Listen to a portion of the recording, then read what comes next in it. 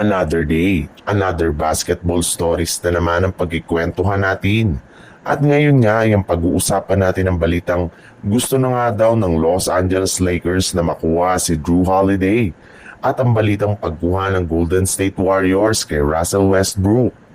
Ikinumpirma na nga ng isang NBA insider na plano na nga daw po ng Los Angeles Lakers na kumuha ng bagong wing defender na ipangpapalit nila kay Dorian Finney-Smith na pumunta na sa Houston Rockets. At isa nga sa mga player na target nilang kunin dito ay si Jrue Holiday mula sa Portland Trail Blazers. Kung inyong ang matatandaan, na-trade nga si Holiday ng Boston Celtics pabalik sa Portland Trail Blazers kahit labag man ito sa kanilang kagustuhan. Kaya hindi na nga nakapagtataka bakit mismong si Holiday nga ang nagsabi na gusto niyang muli na mag-request ng trade sa Blazers sa lalong madaling panahon. Kaya meron na ngang isang player ang pwedeng makuha ngayon ng Lakers para tuluyan ng mabuo ang kanilang championship lineup. Eto nga ay walang iba kundi si Jrue Holiday na gusto rin naman nga na mapunta sa isang pang mas competitive na kupunan kagaya na lang ng Los Angeles Lakers. Sa ibang balita naman, araw-araw na nga na umaasa ang fans ng Golden State Warriors na gagawa na ang kanilang front office, lalo na si Mike Dunleavy ng move sa free agency market at trade market para mapalakas ang kanilang lineup.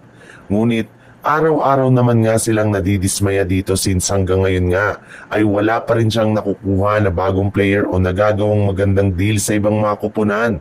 Kaya habang tumatagal nga ay sobrang nahihirapan na rin naman nga ang Golden State Warriors ng mga magagaling na players na sasakto sa playing style ni Coach Steve Kerr. Bagamat man nga nasa free agency market pa rin sina DeAnthony Melton at Al Horford at maaari pa rin naman nga na maging available dito si Bradley Beal, ay hindi na rin naman nga confident ang kanilang team na makukuha nila ang mga ito ngayong offseason. Kaya kung hindi nga magmamadali ngayon ng GSW sa pagkuha ng mga free agent at makipag-trade negotiation sa ibang mga teams, ay hindi talaga sila makakapagpa-improve ng kanilang lineup ngayong offseason na siyang posibleng makasira sa kanilang susunod na kampyonato next year. Marami rin naman ng mga team sa Western Conference ang mas lumakas, kaya hindi na nga sasapat ang kanilang kasalukuyang lineup para makapag-compete dito. Kaya nararapat talaga na kumuha sila ng mga bagong players.